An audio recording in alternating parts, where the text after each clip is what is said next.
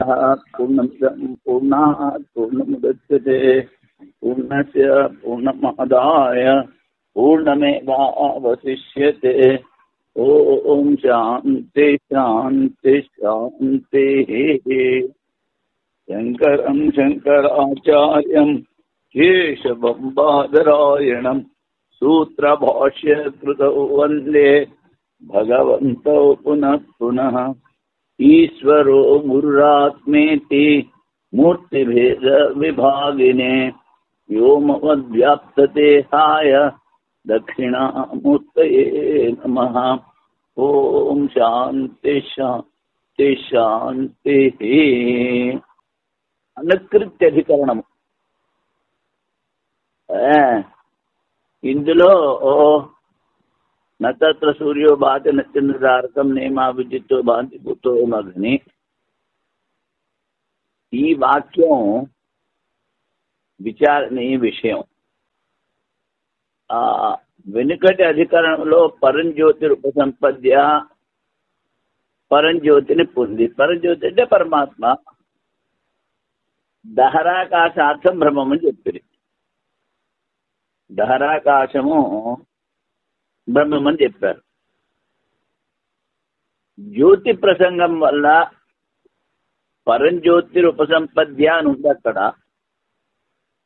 అందుకని జ్యోతి ప్రసంగం వచ్చింది కనుక ఈ ముండకోపనిషత్తు వాక్యం నత్ర సూర్యో భాతి నచంద్రతారకం నేమా విద్యుతో భాంతి భూతో మగ్ని. సూర్యుడు కానీ, చంద్రుడు కానీ, నక్షత్రం కానీ, మెరుపులు కానీ, అగ్ని కానీ ప్రకాశింపరు. ఈ వాక్యం ఈ అధికరణానికి విచారణీయ విషయమైంది. పైన చెప్పిన ముండక వాక్యం విచారణీయం. సంశయం ఏంటి? సూర్యాది సంపూర్ణ జగత్తును ప్రకాశింపజే తేజస్సు ఏదో ఒక ధాతు విశేషమా లేక పరమాత్మయా? వీటిలన్నిటినీ ప్రకాశింపజేస్తుంది కనుక వీటిలన్నిటికన్నా ఇంకొక పెద్ద ప్రకాశ పుంజం అవ్వచ్చు. దాని ఇక్కడ ధాతు విశేషం అన్నాడు. లేకపోతే పరమాత్మ. అధిక తేజస్సు ద్వారా అల్పంలో తేజస్సులు తిరస్కరింపబడుతా. ఎక్కువ తేజస్సు ఉంటే తక్కువ తేజస్సు ఉన్నవి ఏం కనిపించవు. సూర్యుడి ముందు దీపం వెలిగిస్తే ఏం కనిపించదు. అందుకని ఎక్కువ తేజస్సు ముందు తక్కువ తేజస్సు తిరస్కరింపబడుతుంది. తేజస్సు అనే శబ్దం ఏదో ఒక ధాతు విశేషము, ఒక పెద్ద తేజోపుణ్యం అనుకోవాలి అని పూర్వపక్షం. జగత్తును ప్రకాశింపజే సూర్యాదులు తేజస్సు బ్రహ్మమే. ఈ సూర్యాదుల్లో ఉన్నటువంటి తేజస్సు ఈ జగత్తుని ప్రకాశింపజేసేది బ్రహ్మమే. దాని అనుకరణం, అనుకృతి అంటే అనుకరణం. మిగిలిన అన్ని తేజస్సులు చేస్తున్నవి. బ్రహ్మాతిరిక్తము సూర్యునితో సమానమైన తేజస్సు ఏది ప్రసిద్ధం కాదు. ఏ బ్రహ్మ కన్నా వేరైనది ఇంకో తేజస్సు ఏది లేదు. అందుకని ప్రసిద్ధమైన సరి బ్రహ్మస్య అతిరిక్తము సూర్యుని కూడా ప్రకాశింపజేసేది ఏదైనా ఒక ప్రకాశ పుణ్యం ఉంది అనుకుందాం.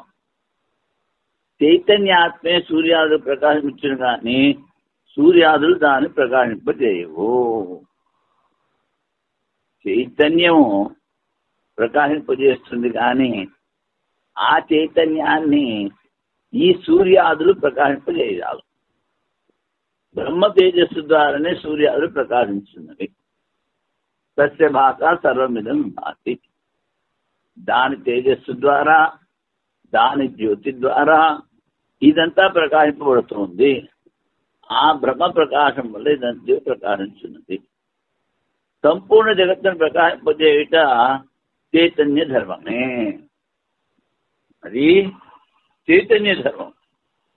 ఎందుకని యదాదిత్యగతం తేజో జగద్భాసయతేఖిలం యచ్చంద్రమసేచ్ఛాగ్నో తత్తేజో విద్ధిమామకం. ఆదిత్యంలో ఉన్నటువంటి తేజస్సు మొత్తం ప్రపంచాన్నంతా ప్రకాశింపజేస్తోంది.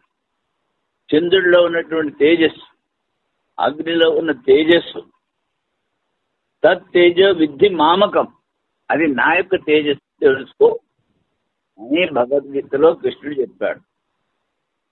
ఆదిత్యంలో ఉన్న ఏ తేజస్సు సంపూర్ణ జగత్తును ప్రకాశింపజేస్తున్నదో, చంద్రుని యందు ఏ తేజస్సు ఉన్నదో, అగ్ని యందు ఏ తేజస్సు ఉన్నదో ఆ జ్యోతిని అనాదిగా తెలుసుకున్నాము. ఆది లేనిది పరమాత్మ అని పరమాత్మ వాక్యం ద్వారా కూడా సూర్యాది సమస్త తేజస్సులకు తేజస్సు బ్రహ్మ చైతన్యమని సిద్ధమవుతుంది. ఈ విధంగా ఈ అనుకరణం, ఫాలోయింగ్, అనుగచ్చాత్ అంటే అనుజహ తర్వాత పుట్టినవాడు, లక్ష్మణుడు అనుజుడు అంటారు. అలాగే అనుకృతి అంటే ఒక దాని వెనకాల పోవడం. ఆ బ్రహ్మ ప్రకాశము ద్వారా ఇవన్నీ ప్రకాశింపబడుతున్నాయి, వాటినే అనుకరిస్తున్నాయి. అందుకని ఆ తేజో పుంజము వేరే ధాతువు కాదు, అది పరబ్రహ్మ. ఇప్పుడు వైయాసిక న్యాయమా నత్ర సూర్యో భాతీతి తేజోంతరం ఉతాత్ర చిత్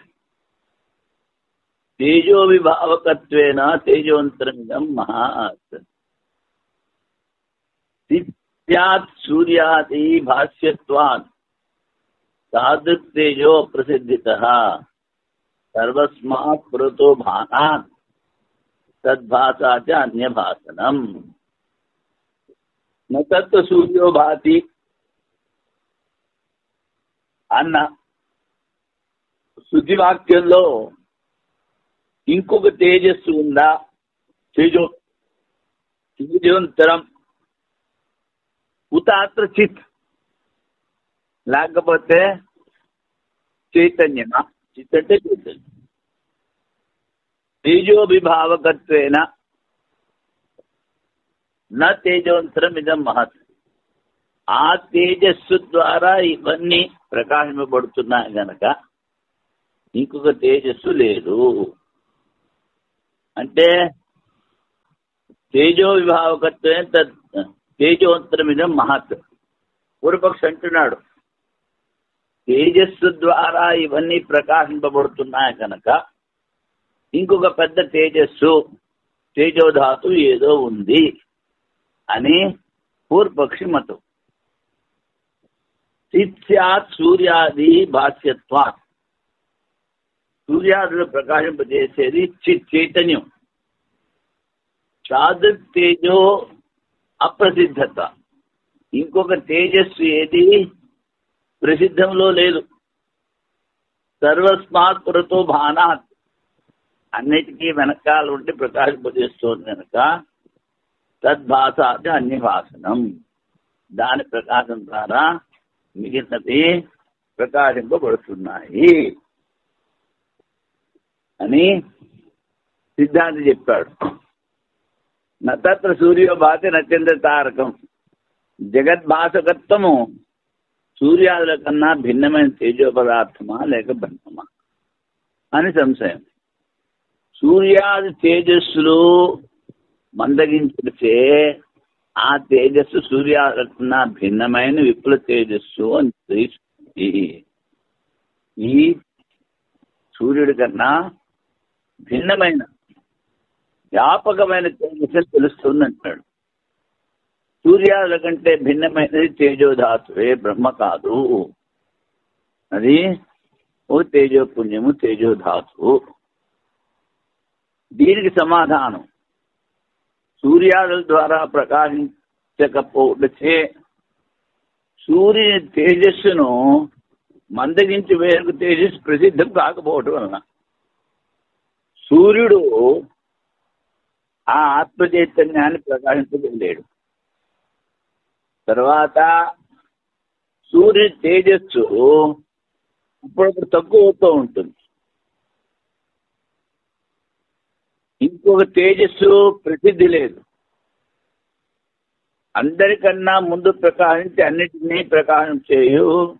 ప్రకాశింపజే కారణం వల్ల అన్నిటికన్నా ముందు ప్రకాశిస్తోంది చైతన్యము.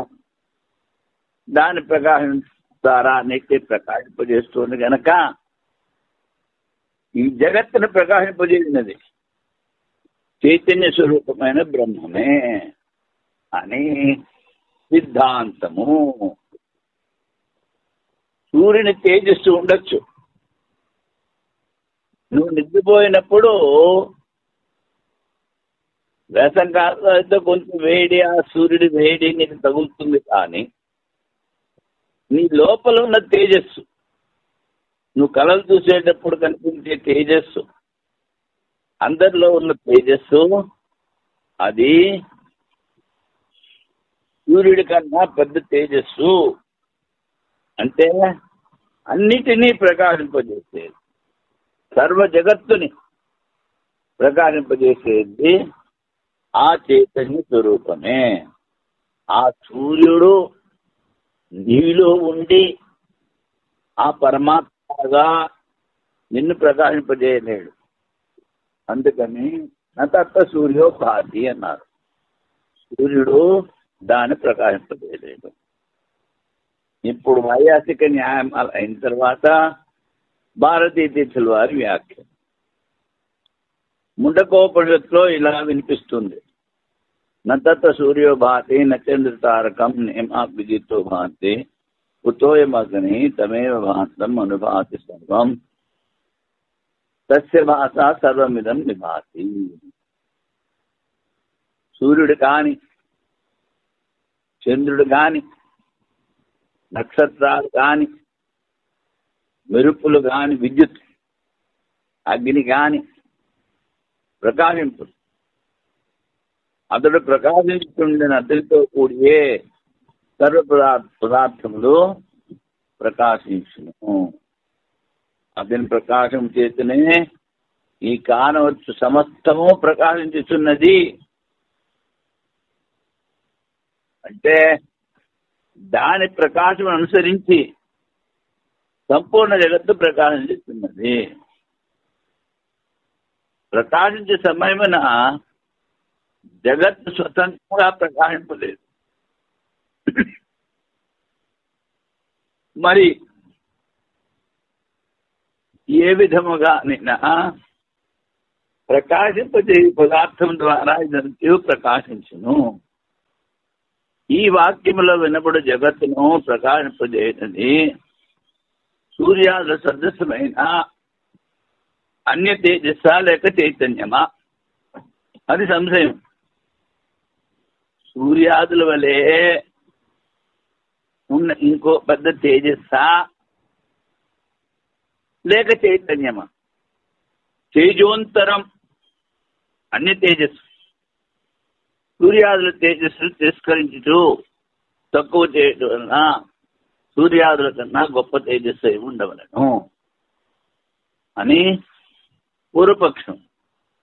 దానికి సమాధానం, సూర్యాదులను ప్రకాశింపజేయనది చైతన్యమే. సూర్యాదుల తేజస్సును తిరస్కరించు వేరొక గొప్ప తేజస్సు అప్రసిద్ధం, ప్రసిద్ధిలో లేదు. ఎందుకని? శృతిలో చెప్పారు, తమేవ భాంతం అనుభాతి సర్వం. సర్వ తేజస్సులు ఈ శృత్యుక్త వస్తువును అనుసరించి ప్రకాశించున్నది. శృత్యుక్త వస్తువు ఏంటి? పరమాత్మ. అన్నింటి నుండి ప్రకాశింపజేయడం చైతన్య ధర్మమే. తస్య భాష సర్వమిదం విభాతి.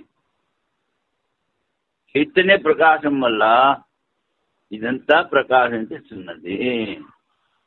ప్రకాశము లేని సర్వ జగత్తును ప్రకాశింపజేయున్నది ప్రకాశంతో కూడిన చైతన్య ధర్మమే. అదే ఈ వాక్యంలో చెప్పారు. ఇప్పుడు అనుకృతే తస్య అనుకరణం అవడం వల్ల అదే తస్య పరమాత్మనః నతత్ర సూర్యోభాతి శృతుల్లో చెప్పిన వస్తువు తేజో విశేషం కాదు. ముఖ్యమేంటి? తేజోంతరం అన్నాడు వాడు. అన్ని తేజస్, అది కాదు.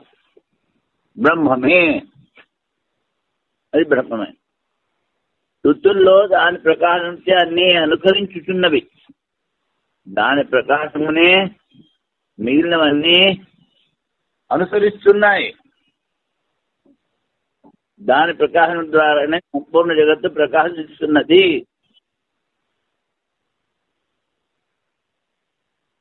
తల్లి కోడి కానీ తల్లి బాతు కానీ ముందు నడుస్తూ ఉంటే ఆ చిన్న పిల్లల్ని వెనకాల నడుస్తూ ఉంటాయి. అంటే ఆ తల్లిని అనుసరిస్తూ ఉంటాయి. తల్లి శరీరము అది చాలా పెద్దది. ఆ ఉదాహరణలాగే ఆ పరమాత్మ తేజస్సు వెనకాల ఇవన్నీ ప్రకాశిస్తున్నాయి. ప్రబలమైన తేజస్సుతే దుర్బల తిరస్కరింపబడితే విశేషమైన తేజోధాతు అని పూర్వపక్షము. పెద్ద తేజస్సు చిన్న తేజస్సు తిరస్కరిస్తుంది, ఏమి కనిపించకుండా చేస్తుంది. అందుకని ఒక విశేష ధాతువు తేజోపుంజము అంటాడు పూర్వపక్షం. అప్పుడు సిద్ధాంతి సమాధానం, సూర్యాదుల సంపూర్ణ జగత్తును ప్రకాశింపజేయనది బ్రహ్మ చైతన్యమే. అనుకరణం వల్ల ఎందుకు?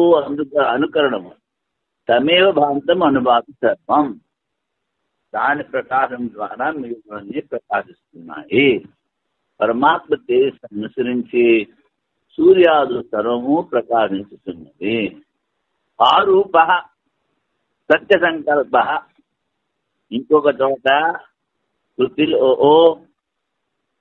ప్రకాశ స్వరూపం పరమాత్మ సత్య సంకల్పుడు అని చాందోగ్య శృతిలో కూడా చెప్పారు. చైతన్య ఆత్మనే ప్రకాశ స్వరూపునిగా చెప్పింది. చాందోగ్య శృతిలో ఆ చైతన్య ఆత్మే ప్రకాశ స్వరూపము అని చెప్పారు. ఒక దీపం వేరొక దీపం ప్రకాశింపజేయడం కానవచ్చుట లేదు. దీపము స్వయం ప్రకాశం కనుక ఒక దీపాన్ని చూడడానికి ఇంకో దీపం అక్కర్లేదు.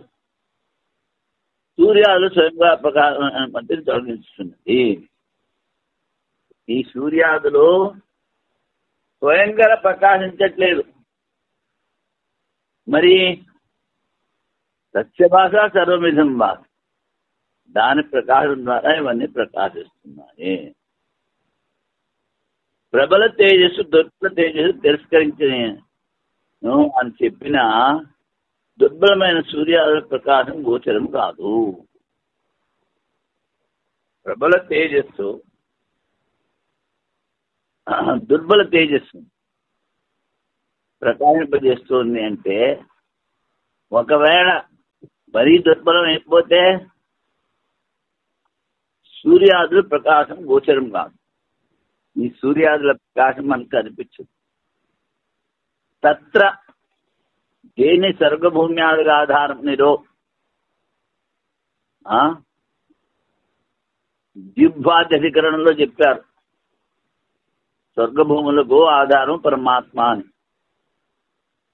దేన్ని స్వర్గభూమ్యాదులకు ఆధారమునిరో దానిని ప్రకృతి ప్రసంగంలో ఉన్న బ్రహ్మమును పరామర్శించింది. దాన్నే ఇక్కడ విచారించి చెప్పారు. దాని యొక్క సత్తాస్ఫూర్తి వల్లనే, ఆ బ్రహ్మ యొక్క అస్తిత్వం వల్ల నామ రూప క్రియాకారక ఫలజాతులు అభివ్యక్తం వచ్చినవి. నామము, రూపము, కర్మ, తర్వాత సంబంధం, ఇవి కారకం అభివ్యక్తం అవుతున్నాయి. స్వయం జ్యోతి రూపమైన ఆత్మచైతన్యమే సూర్యాదులను ప్రకాశింపజేస్తున్నది. అది స్వయం ప్రకాశము, అదే ఈ సూర్యాదులను ప్రకాశింపజేస్తుంది. లౌకిక తేజస్సు కాదు. అపిచ స్మర్యతే, అపిచ స్మర్యతే అన్నప్పుడు ఇది స్మరిస్తున్నారు అంటారంటే స్మృతిలో కూడా ఇలాంటి వాక్యమే ఉంది అని. నతద్భాసైతే సూర్యో నశాంకో నాపావక, గీత, భగవద్గీత. అర్జున, నా దివ్య తేజము ద్వారా సూర్యచంద్రాగ్ని ప్రకాశింప, నా దివ్య తేజమును సూర్యచంద్రాగ్ని ప్రకాశింపజాలరు. నా తేజస్సుని వాళ్ళు ప్రకాశింపజేయలేరు. యదాదిత్యగతం తేజో జగద్భాసైతేఖిలం. సూర్యచంద్రాగ్నికి తేజస్సు సర్వ ప్రకాశింపచేయుచున్నదో అది నా ప్రకాశము తెలుసుకును. అందుకని ఈ ఆత్మే సూర్యాదులను ప్రకాశింపజేస్తుంది. యదాదిత్యగతం తేజో జగద్భాసైతేలం తత్తేజో విధి మామకం. ఆ తేజస్సు నాదిగా తెలుసుకో అర్జున అని 15వ అధ్యాయంలో చెప్తారు. ఇప్పుడు ప్రమితాధికరణము. ప్రమితము అంటే ఒక పరిమాణం. దాని గురించి ఇక్కడ విచారం చేస్తారు. పూర్వాధికరణంతో నిర్ణయించిన విషయమును దృష్టాంతముగా చేసి ఈ అధికరణం ఎక్కువ ఉత్తాపన చేసినందున దీనికి దృష్టాంత సంగతి. పూర్వంలో ఏం చెప్పారు? దాని ప్రకాశం వల్ల ఇదంతా ప్రకాశిస్తుంది. దాన్ని ఆధారంగా చేసుకుని ఇక్కడ ఇంకో ప్రశ్న ఏదో అడుగుతుంది. విషయం అంగుష్టమాత్ర పురుషో మధ్య ఆత్మ తిష్టతి జ్యోతివాధూమక ఈశానో భూతభవ్యస్య సయేవాద్య సౌస్వః. అంగుష్టమాత్ర పురుషుడు అంటే ఎవరి అంగుష్టంతో అంత అంగుష్టం. అంతా ఈ పూర్తిత్తుల మధ్యలో ఆకాశం ఉంది. అక్కడే ఆత్మ, అక్కడే మనస్సు. అదే నిన్న ధారాకాశంలో ఆకాశం అని చెప్పింది. అంగుష్టమాత్ర పురుషో జ్యోతివాధూమక, అది జ్యోతి స్వరూపం. కానీ అక్కడ పొగలేదు. ఈశానో భూత భవ్యస్, భూత భవిష్యత్ వర్తమానాన్ని సాధించేటువంటి వాడు. వాడే ఈవాడు ఉన్నాడు, రేపు కూడా వాడే ఉంటాడు అని కఠోపనిషత్తులో చెప్తారు. అంగుష్టమాత్ర పురుషుడు ఆత్మబుద్ధి ఉన్నాడు. పొగలేని మంట వలె ప్రకాశించుతున్నాడు. అతడే భూత భవిష్యత్తులకు అధిపతి. ఇప్పటికి రేపటికి సర్వకాలములందు ఏకరూపంతో ఉన్నాడు. ఈ వాక్యం ఇక్కడ విచారణీయ విషయం. అంగుష్టమాత్ర పురుషుడు జీవుడా లేక ఈశ్వరుడా? ఇప్పుడు ఇది బ్రహ్మసూత్రం కదా. అందుకని తిప్పి మళ్ళీ బ్రహ్మ దగ్గరికే తీసుకొస్తాడు. పూర్వపక్షి ప్రశ్న వేశాడు, జీవుడా ఈశ్వరుడా అని. అందరిలో ఉన్నది ఆ ఈశ్వరుడే కదా, అదే బ్రహ్మం. అలాగ అర్థం చేసుకోవాలి. లేకపోతే నీ అస్తిత్వం వేరవుతుంది, పరమాత్మ అస్తిత్వం వేరవుతుంది, ద్వైతం వచ్చేస్తుంది, ముక్తి దొరకదు. అంగుష్టమాత్ర పురుషుడు జీవుడా లేక ఈశ్వరుడు. అల్ప ప్రమాణము శరీర మధ్యలో ఉండడు చూసి అంగుష్టమాత్ర పురుషుడు జీవుడు అనదైన. భూత భవిష్యత్ వర్తమాన కాలము శాసకుడు, జీవుడు కాలేడు, ఈశ్వరుడే ఉంది. శరీరం మధ్యలో హృదయం కూడా ఈశ్వరునికి ఉపలబ్ధి కలుగును. నీకు ఈశ్వరుడు ఎక్కడ లభిస్తాడు? హృదయాకాశంలో. ఉపలబ్ధిని దృష్టిలో ఉంచుకుని ఈశ్వరునికి అల్ప ప్రమాణం చెప్పింది. పరిమాణం ఈశ్వరుడికి చిన్న పరిమాణం చెప్తారు. శరీరం మధ్యలో ఉన్న హృదయమును గుహలో ఆ ఈశ్వరుని భావించవచ్చును. కావున ఈశ్వరుడే అంగుష్టమాత్ర పురుషుడు. ఇంతవరకు ఈ అధికరణం యొక్క 5 విషయాలు అయ్యాయి. ఇప్పుడు వైయాసిక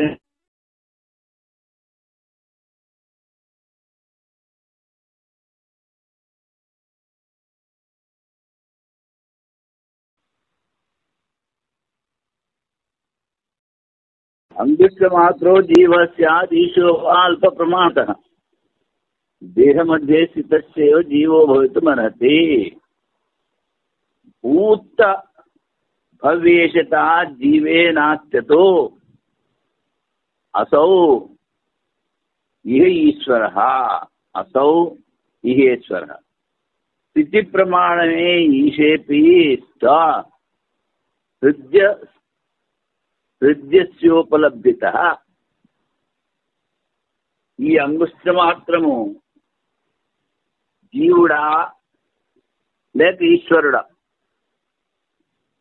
వాడంటాడు అల్ప ప్రమాణం ఉంది కనుక, దేహ మధ్యంలో ఉన్నాడు కనుక జీవుడే అవుతాడు అని పూర్వపక్షం. అప్పుడు సిద్ధాంతం చెప్తాను, భూత భవ్యేషత జీవే నాస్తి. భూత భవిష్యత్ వర్తమాన కాలాల్ని సాధించడం జీవుడికి కుదరదు. అతో అసౌ ఇహ ఈశ్వర. అందుకని ఇక్కడ ఈశ్వరుడే చెప్పాలి. స్థితి ప్రమాణమే ఈశ్వపిస్త. మరి చిన్న ప్రదేశంలో ఉన్నాడు కనుక అంటే అది సంభవం. ఎందుకని? హృదయస్య ఉపలబ్ధిత. ఆ జీవుడికి హృదయ దేశంలో అనుభవంలోకి వస్తాడు కనుక చిన్న పరిమాణం చెప్పారు.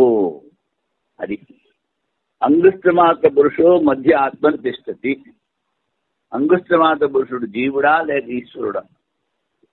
అంగుష్టమలే చిన్న ప్రమాణంలో అడగొడితే దేహ మధ్యంలో ఉండుడిచే చెప్పిన పురుషుడు జీవుడే అని పూర్వపక్షము. అప్పుడు సిద్ధాంతం అంటున్నాడు, అట్లాంటి సరికాదు. భూత భవిష్యత్తులో జీవుడు శాసకుడు కాజాలడు. శాసకుడు ఈశ్వరుడే. హృదయ దేశంలో ఈశ్వరుని ఉపలబ్ధి అగును. అంగుష్ట ప్రమాణంగా ఈశ్వరుడు హృదయంలో స్థితి సంభవము. ఈశ్వరుని స్థితి, ఈశ్వరుని ఉపలబ్ధి సంభవం ఎక్కడా? హృదయ దేశంలో. అందులో ఇప్పుడు భారతీయ దేశాల వారి వ్యాఖ్య, పరిశుద్ధి వాక్యంలో ఈశ్వరునే చెప్పిరి. అంగస్తమాద పురుషో మధ్య ఆత్మతిష్టతి ఈశానో భూతభవ్యస్య నతతో విజుగుప్సతే. అంగుష్టమాత పురుషుడు మనదేంలో ఉన్నాడు. భూత భవిష్యత్తు వర్తమానాలకి శాసకుడు అని తెలుసుకుని నతతో విజుగుప్సతే. గుపు రక్షణే. అప్పుడు అది రక్షించుకోవాలి, ఇది రక్షించుకోవాలి అన్న తాపత్రయం ఉండదు. అది అంగుష్టమాత్ర పురుషుడు శరీర మధ్యన ఉన్నాడు, భూత భవిష్యత్తులను శాసించేవాడు, తత్వజ్ఞాని. దానిని తెలుసుకుని తన సురక్ష చింతన చెయ్యదు, తన్ని తాను రక్షించుకోడు. అంగుష్టమాత్ర వాడు జీవుడు. అల్ప ప్రమాణం చెప్పడం వలన మధ్య ఆత్మని దేహ మధ్య దేశ చెప్పడం వలన జీవుడు అని పూర్వపక్షం. అప్పుడు సిద్ధాంత సమాధానం, పరమాత్మే అంగుష్టమాత్మ. ఈశానో భూత భవ్యస్సు. భూత భవిష్యత్తును శాసించువాడు. శాసకత్వం జీవుని లేదు. జీవుడు శాసించబడేవాడు. అల్ప ప్రమాణము దేహ మధ్యస్థితి పరమాత్మ కూడా సంభవం. అన్ని చోట్ల ఉన్నవాడు దేహ మధ్యలో కూడా ఉన్నది. హృదయ పుండరీకంలో పరమాత్మ ఉపలబ్ధి. హృదయం అనేటువంటి కమలములో జీవుడికి ఆ పరమాత్మ అనుభవంలోకి వస్తాడు. అనుభవం అవటం వలన దాన్ని అపేక్షించి అల్పప్రమాణము దేహ మధ్యస్థితి చెప్పింది. అందువల్ల పరమేశ్వరుడే అంగుష్టమాత్రుడు. శబ్దాదేవ ప్రమిత. శబ్దాదేవ శబ్దం అంటే ఇక్కడ వేదం, ఉపనిషత్, ఈశాభూత భవిష్యత్ అని చెప్పిన శబ్దం, దానివల్ల కూడాను ఇక్కడ పరమాత్మనే చెప్పాలి. ప్రమిత. అంగుష్టమాత్ర అనుశుద్ధిలో అంగుష్టమాత్ర పురుషుడు జీవభిన్నమైన పరమాత్మే. అందరినీ శాసించువాడు శబ్దం చెప్పుట వలన ఉపాధి ఉండటం వల్ల అంగుష్టమాత్రుడు జీవుడు అని పూర్వపక్షం. ఉపాధి ఉంది అంటాడు శరీరం. సిద్ధాంతం అంగుష్టమాత్ర పరిమాణం ఉన్నవాడు పరమాత్మయే. శబ్ద శృతి ఉపదేశం వల్ల. శబ్దం అంటే ఇక్కడ శృతి ఉపదేశం. శృతిలో ఈశానో భూత భవ్యస్య, భూత భవిష్యత్ వర్తమానములకు శాసకుడు అనేది. నిరంకుశ ఐశ్వర్యం వినబడటం వలన పరమాత్మయే. ఇది నిరంకుశ ఐశ్వర్యం. శాసించడం అందరినీ, శ్లోకాలని, అన్ని దేవతల్ని, అందరినీ, ఆ హిరణ్య గర్భ పురుషుణ్ణి, ఈశ్వరుణ్ణి, అందరినీ. అంగుష్ట మాత్రమును జీవచిహ్నమును హేతు ఉంటేనా సరికాదు. హేతు శృతుల్లో శృతియే బలమైనది. మరి అంగుష్ట మాత్రము అనే కారణం ఉంది కదా అంటే, ఈ కారణం కన్నా హేతు కన్నా శృతి బలమైనది. అంగుష్ట మాత్రమున్న జీవుని అనువదించి బ్రహ్మబోధ గారు మాత్రం అంగుష్ట మాత్రం చెప్తే యుక్తిస్తూనే అనువాదం చేశారు అంగుష్ట మాత్రం అని. కానీ ఈ అంగుష్ట మాత్రుడు పరమాత్మ అని చెప్తారు. ఎందుకని? ఇది కఠోపనిషత్తు. అక్కడ నచికేతుడు యమరాజుని అడిగాడు, అన్యత్ర ధర్మాత్ అన్యత్రా ధర్మాత్ అన్యత్రాస్మాత్ కృతాకృతాత్ ఎత్తత్ పశ్యతి తద్వద. ఏది ధర్మాధర్ములకు కార్యకారణములకు అతీమో, కారణము ఈశ్వరుడు, కారణము ఈశ్వరుడు, కార్యం సంపూర్ణ జగత్, అన్ని లోకాలు కార్యకారణములకు అతీతం అన్నాడు. ధర్మాధర్మాలు జీవుడికి నిగడబడుతూ ఉంటాయి, ఆ ఈశ్వరుడికి పరమాత్మకి ఉండవు. అందుకని ధర్మాధర్ములకు కార్యకారణములకు భూత భవిష్యత్తుకు అతీతము అది బ్రహ్మము. దాన్నే అంగుష్ట మాత్రం చెప్పేది. ఎందుకని? ప్రశ్న వాడు అడిగాడు నచికేతుడు. ధర్మాధర్మాలకు అతీతమైనది, కార్యకారణ అతీతమైనది, భూత భవిష్యత్తులకు వర్తమానాలకి అతీతమైనది ఏది ఉందో అది నాకు చెప్పు అని. అది జీవుడు ఎలాగవుతాడు? అది పరమాత్మ తరము ప్రసంగము, పరమాత్మ జవాబు. అది కాకుండా ఇక్కడ ఈశానో భూత భవిష్య అని ఉంది. అందుకని భూత భవిష్యత్ వర్తమానాలను శాసించడం జీవుడు కుదరదు కనుక ఈశ్వరుడు అని చెప్పాలి. ఏతద్వైత ప్రస్తుత ప్రసంగం బ్రహ్మను చెప్పుతూ దాన్ని అంగుష్ట మాత్రం చెప్పిన. మరియు ఏతద్వైత నువ్వు అడిగింది ఇదే అని గడిగడికి చెప్పాడు. నీవు ఏవి అడిగితేవో అదే ఇది. ఈ సూత్రను విచారించినను పరమాత్మ ప్రకటనని తెలుస్తున్నది. పరమార్థ దృష్టితో జీవుడు సర్వవ్యాపకమైన బ్రహ్మస్వరూపుడైనను. పరమార్థ దృష్టితో చూస్తే జీవుల్లో ఉన్న ఆత్మ సర్వవ్యాపకం. అంగుష్టి మాత్రం ఇటు చెప్పగలరు. మరి ఆత్మ వ్యాపకం కదా, దాన్ని అంగుష్టి మాత్రం ఎందుకు చెప్పావు అంటాడు పూర్వపక్షి. విద్యపేక్షయాత్ మనుష్యాధికారత్వాత్. హృదయాన్ని అపేక్షలుగా చూసి, హృదయాన్ని చూసి మనుష్యులకు అధికారం ఏమిటి? వాళ్ళ హృదయంలో అంగుష్ట మాత్రము, వాళ్ళ అంగుష్ట పరిమాణంలో ఉంది, అందులో పరమాత్మ ఉన్నాడు. అక్కడ అనుభవంలోకి వస్తాడు.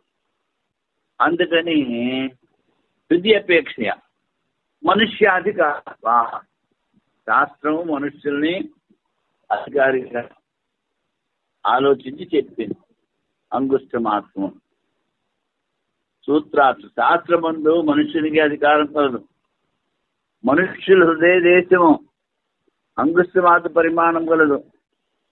ఆ హృదయంలో ఉన్నటువంటి హృదయాకాశం అపేక్షించి పరమేశ్వరుని అంగుష్ట మాత్రం అనేది. సర్వవ్యాపకుడైన పరమాత్మ హృదయస్థానం అపేక్షించి అంగుష్ట మాత్రం చెప్పుడు ఉచితం.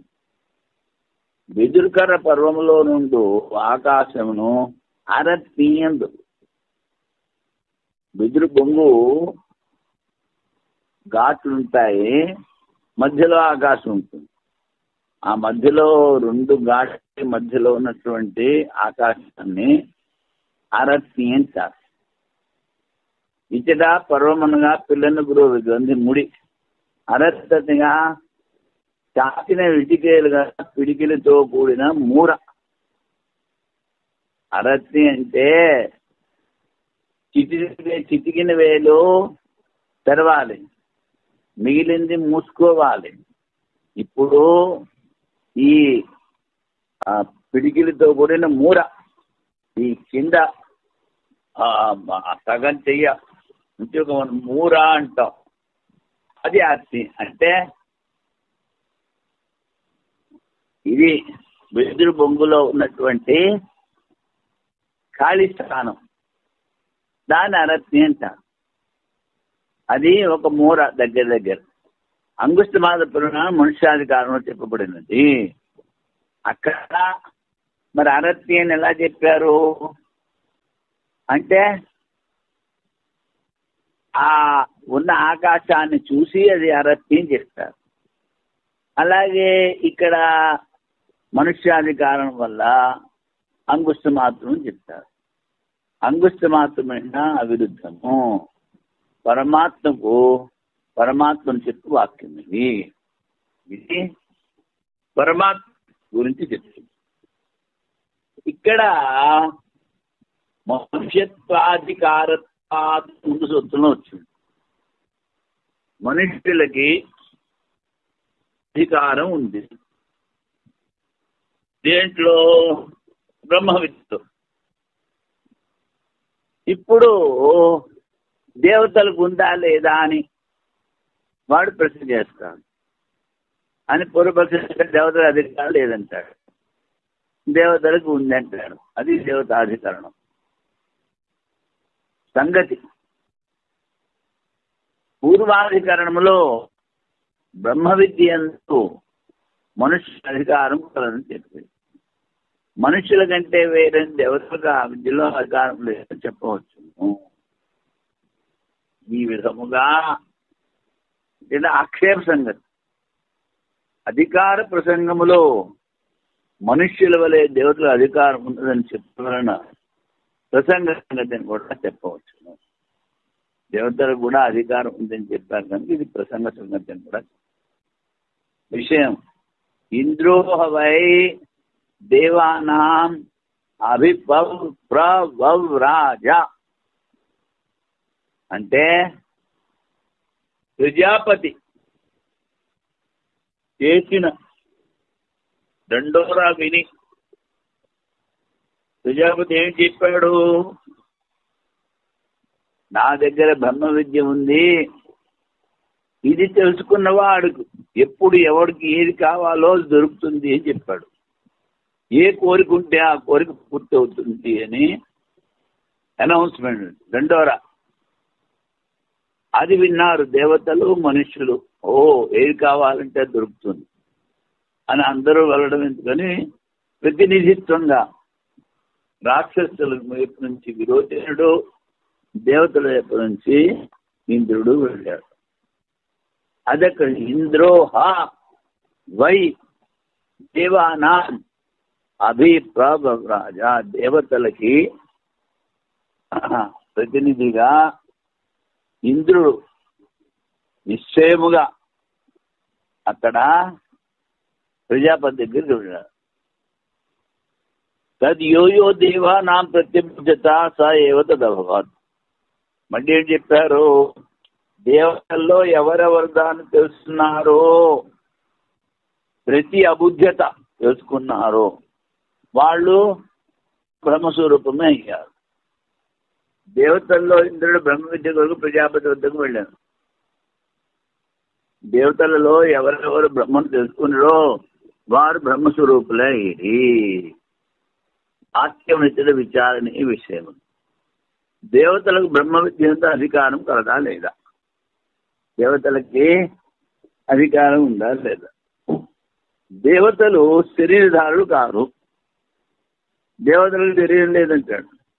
వారికి శక్తి లేదు. దేవతలకు బ్రహ్మ విద్యలో అధికారం లేదు. అది పూర్వపక్షం. వాళ్ళకి శరీరం లేదు, తర్వాత శక్తి లేదు. అందుకనక తర్వాత ఇంకోటి ఏమిటి? ముముక్షత్వం ఉండాలి. ఇద్దరు దేవతలకి ముముక్షత్వం ఉండదు. ఇవన్నీ కారణాలు. ఎవరికైతే ముముక్షత్వం ఉందో వాడు అలాగ సాధన చేసి దాన్ని తెలుసుకుంటాడు. విరోధం లేని అర్థవాద క్రమం ద్వారా దేవతల శరీరధారణ నిశ్చయమవుతుంది. అర్థవాదం స్థుతి.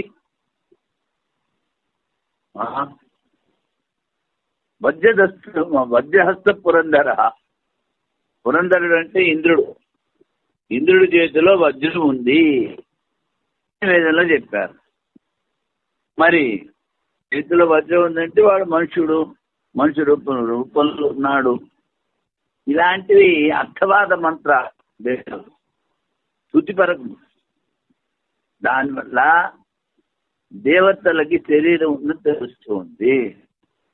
దుఃఖంలో తొలగించుకున్నట్టుకో మరియు పరమానంద ప్రాప్తి ఇచ్చే దేవతలు కూడా సులభం. దుఃఖం అంటే వాళ్ళకి ఎప్పుడు రాక్షసుతారు, ఎప్పుడు మమ్మల్ని కొడతారు,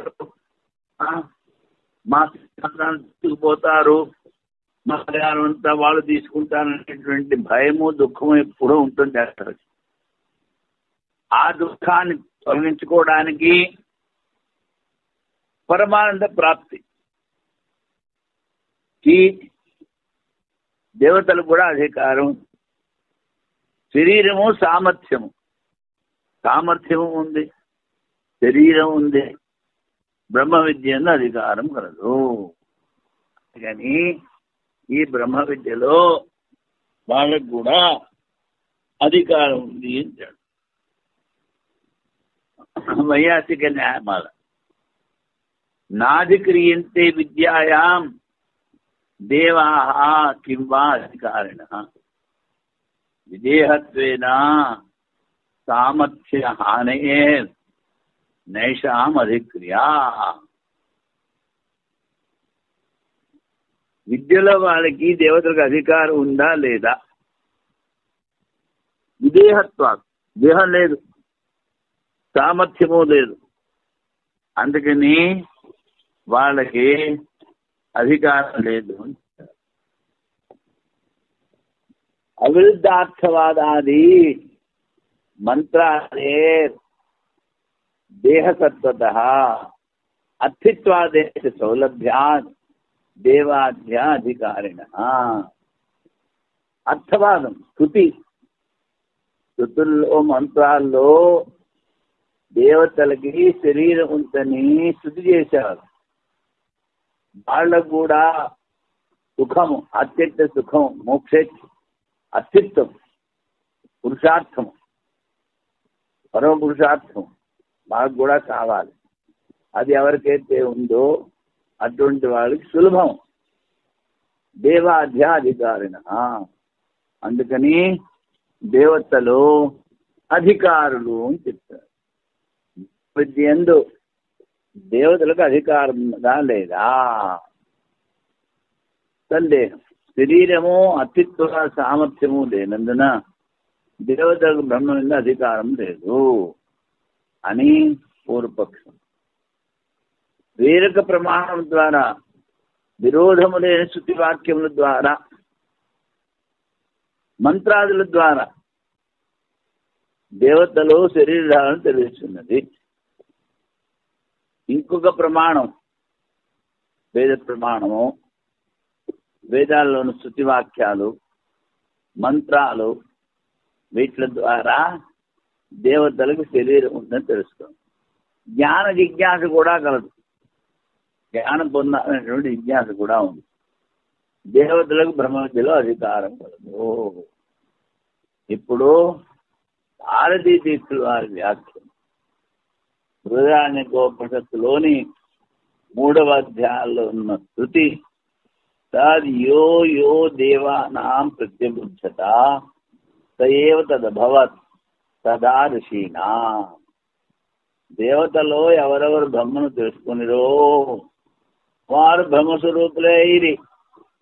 అదేవిధంగా ఋషుల్లో కూడా బ్రహ్మను తెలుసుకున్నవారు బ్రహ్మస్వరూపులైరి. తథా మనుష్యానాం అని కూడా ఉంది. అలాగే మనుష్యులు ఎవరెవరు తెలుసుకున్నారో వాళ్ళు బ్రహ్మస్వరూపం అయ్యారు. జ్ఞానాస్తిత్వం లేదని పూర్వపక్షం. జ్ఞానం కావాలనే కోరిక దేవతల్లో లేదు అంటాడు పూర్వపక్షం. అస్థి సమర్థో విద్వాన్ శాస్త్రేణ అపర్యదస్థ అధిక్యతే. అస్థి అంటే జ్ఞానం తెలుసుకోవాలనే అస్తిత్వం, జ్ఞాన విపాస ఉండాలి, సామర్థ్యం ఉండాలి, విద్వత్తు ఉండాలి. శాస్త్రం ద్వారా నిషేధింపకుండకూడదు. శాస్త్రము ఇది చేయకూడదు, వాడు పనికిరాడు అని చెప్తే అది ఒప్పుకోవాలి, నిషేధింపకూడదు. లక్ష్యంలో ఉన్నవారే జ్ఞానాలు. దేవతలకు శరీరం లేనందున, అస్తిత్వాదులు లేనందున జ్ఞానాధికారం లేదు అని పూర్వపక్షం. అర్థవాదము మొత్తం ద్వారా దేవతల శరీరం కలదు కదా అనినా విధులతో ఏకవాక్యంలో స్వార్థ తాత్పర్యం లేదు. ఈ మతాదులు అర్థవాదంలో వాళ్ళకి ఆ వాక్యాలకి వాట్ల యొక్క స్వార్థం, వాటి యొక్క అర్థం లేదు అంటాడు పూర్వపక్షం. ఇప్పుడు అర్థవాదము అన్నారు కదా. ఇక్కడ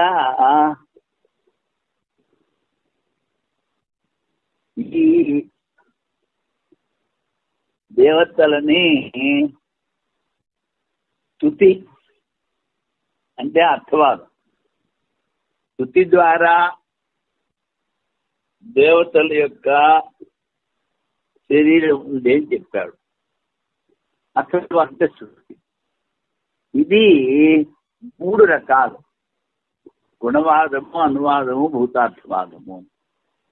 గుణవాదం అంటే ఆదిత్యుడు యూపస్తంభము, ఉపముష్టి యజమానుడు. ప్రత్యక్ష విరోధం వలన ఆదిత్యుని వలె యాగం నిర్వహించుటకు ఆదిత్యాశబ్దం ద్వారా గుణవాదం ఉపలక్షితము. యజ్ఞంలో యూపస్తంభం ఉంటుంది, దాన్ని బాగా పాలిష్ చేసి ప్రతిబింబం పడేటల్లా, దాన్ని తలతలా మెరిసేటల్లా చేస్తారు. ఆ మెరిసేటల్లా చేసిన యూపస్తంభం, యూపస్తంభం అంటే బలిచ్చేటువంటి స్తంభం, దాన్ని ఆదిత్యుడు అన్నారు.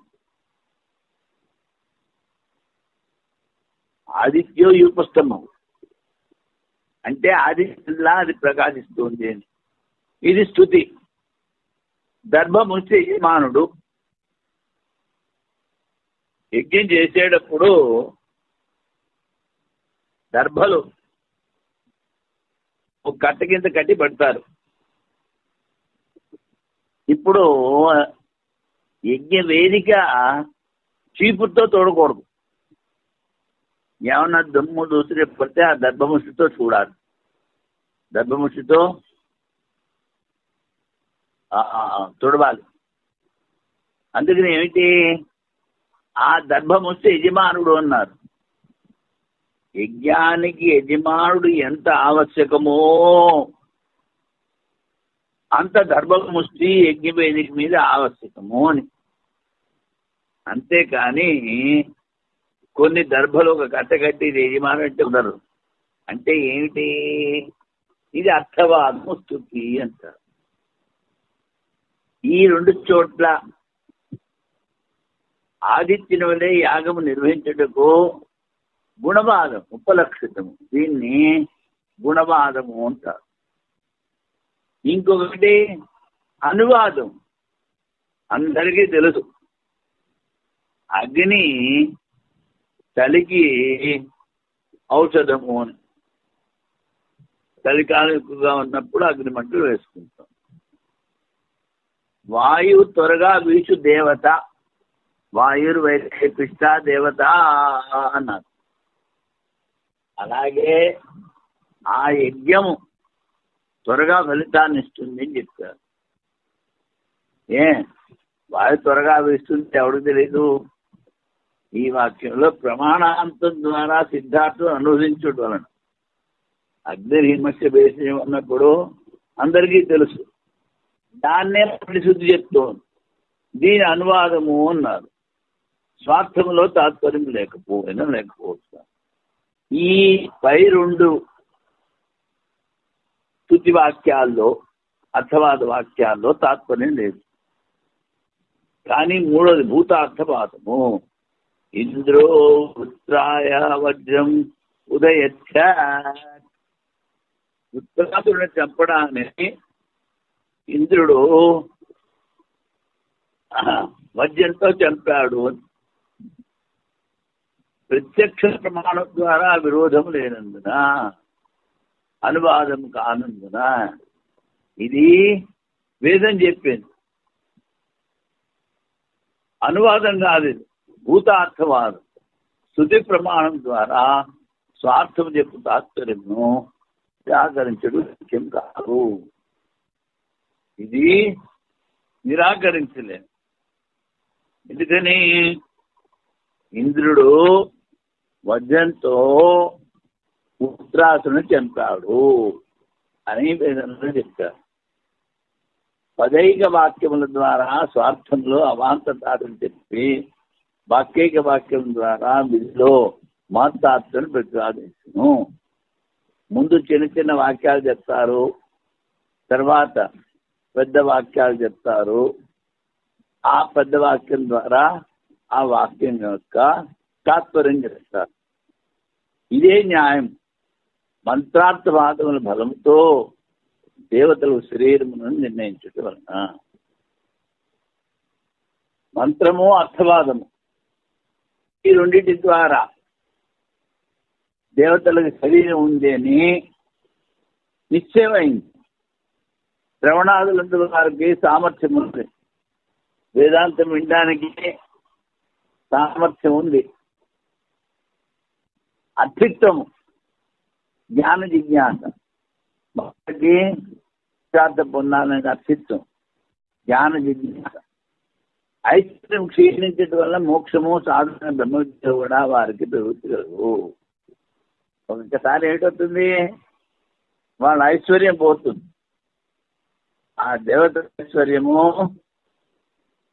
రాక్షసులు తీసుకుపోతారు.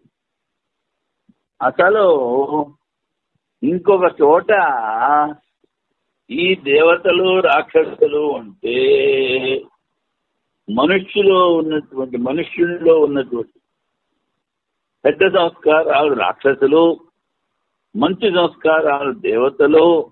ఈ చెడ్డ సంస్కారాలు ఆ మంచి సంస్కారాలని చెడగొట్టి ఈ చెడ్డ సంస్కారాలు వాటి పని చేస్తూ ఉంటాయి.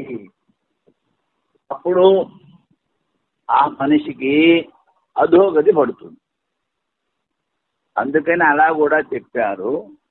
ఇక్కడ అలా కాదు, అది కంపారిజను. ఇక్కడ యాక్చువల్గా ఆ దేవతల యొక్క శరీరం ఉంది, వాళ్ళు కూడా జ్ఞానానికి అర్హులు అని చెప్పారు. ఆత్మజ్ఞానం పునము లేకపోయినను స్వయం భారత వేద వాళ్ళు శాస్త్రం చదవలేదు, కానీ దేవతలకి జాత వేద బుద్ధి, జన్మతోనే వాళ్ళకి వేద జ్ఞానం ఉంటుంది, ఉపనయనం అక్కర్లేదు. అందువల్ల బ్రహ్మ విద్యాధికారం నివారించలేము. ఆదిత్యాది విద్యాఫలమైన ఆదిత్యత్వాది ప్రాప్తి పొందిన వారు కనుక ఆదిత్యాలకు ఆదిత్యాసన అధికారం లేకపోయినను నిర్గుణ బ్రహ్మ మధ్యలో దేవత అధికారం ఉండనే ఉంది. ఇది చెప్తాం. ఆదిత్యుడికి ఆదిత్యంలో మధు విద్య, అందులో ఆదిత్యుని ఉపాసన చేస్తారు. మరి ఆదిత్య దేవత ఆదిత్యుని ఉపాసన చేయలేదు కదా అంటే అందులో లేకపోయినా ఇంకో చోట ఉంటుంది. ఇప్పుడు గుర్రం పొలం దున్నడానికి పనిచేయదు, కానీ బండి లాగడానికి కూడా పనికిరాదంటే ఎలా కుదురుతుంది? అదేవిధంగా ఆదిత్యుడికి ఆ విద్యలో అధికారం లేకపోయినా బ్రహ్మ విద్యలో అధికారము ఉన్నది. అందుకని ఇది మిగిలింది రేపు చెప్దాం. ఓం పూర్ణమదః పూర్ణమిదం పూర్ణాత్ పూర్ణముదచ్యతే పూర్ణస్య పూర్ణముదాయ పూర్ణమేవావశిష్యతే. ఓం శాంతి శాంతి శాంతి. శంకరం శంకరాచార్యం కేశవం బాదరాయణం సూత్రభాష్య కృతౌ వందే భగవంతౌ పునః పునః. ఈశ్వరో గురురాత్మేతి ముక్తిభేద విభాగినే వ్యోమవద్వ్యాప్తదేహాయ దక్షిణామూర్తయే నమః. ఓం శాంతి శాంతి.